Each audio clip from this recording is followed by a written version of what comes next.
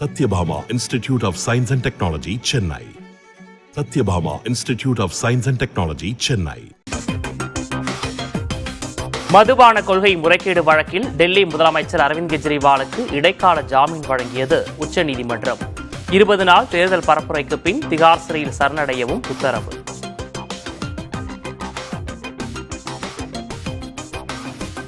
இடைக்கால ஜாமீன் பெற்ற அரவிந்த் கெஜ்ரிவால் முதலமைச்சர் அலுவலகம், தலைமைச் செயலகம் செல்லக்கூடாது, சட்டவிரோத பண பரிமாற்றம் தொடர்பான வழக்கு குறித்து கருத்து கூறக்கூடாது எனவும் உச்சநீதிமன்றம் உத்தரவு.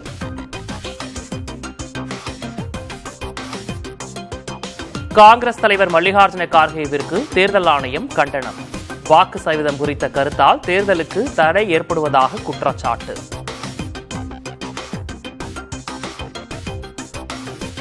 வள்ளலார் சர்வதேச மையம் அனைத்து அனுமதிகளை பெற்றே கட்டப்படும் என உயர்நீதிமன்றத்தில் தமிழக அரசு உறுதி. அரசின் திட்டம் வள்ளலாரின் தத்துவத்திற்கு விரோதமானவை என நிரூபித்தால் மட்டுமே தலையிடுவோம் என நீதிபதிகள் திட்டவட்டம்.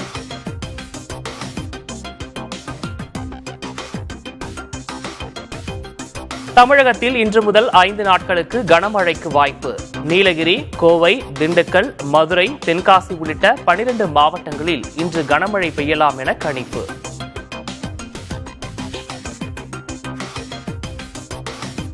நெல்லை காங்கிரஸ் நிர்வாகி ஜெயக்குமாரின் தோட்டத்தில் உள்ள கிணற்றில் கத்தி கண்டெடுப்பு.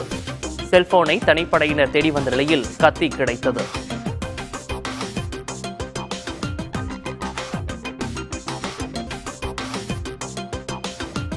பிரஜ்வல் விவகாரத்தில் தொடர்புடைய பாஜக பிரமுகரும் வழக்கறிஞருமான தேவராஜா கவுடா மீது வழக்கு பதிவு. பெண் ஒருவர் கொடுத்த பாலியல் புகாரில் நடவடிக்கை.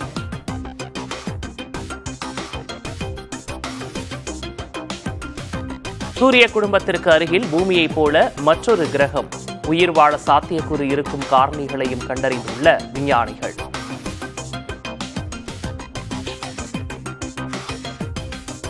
ஐபிஎல்லில் இம்பாக்ட் பிளேயர் விதிமுறை தேவைப்பட்டால் திரும்ப பெறப்படும் என பிசிசிஐ செயலாளர் ஜெய்ஷா அறிவிப்பு.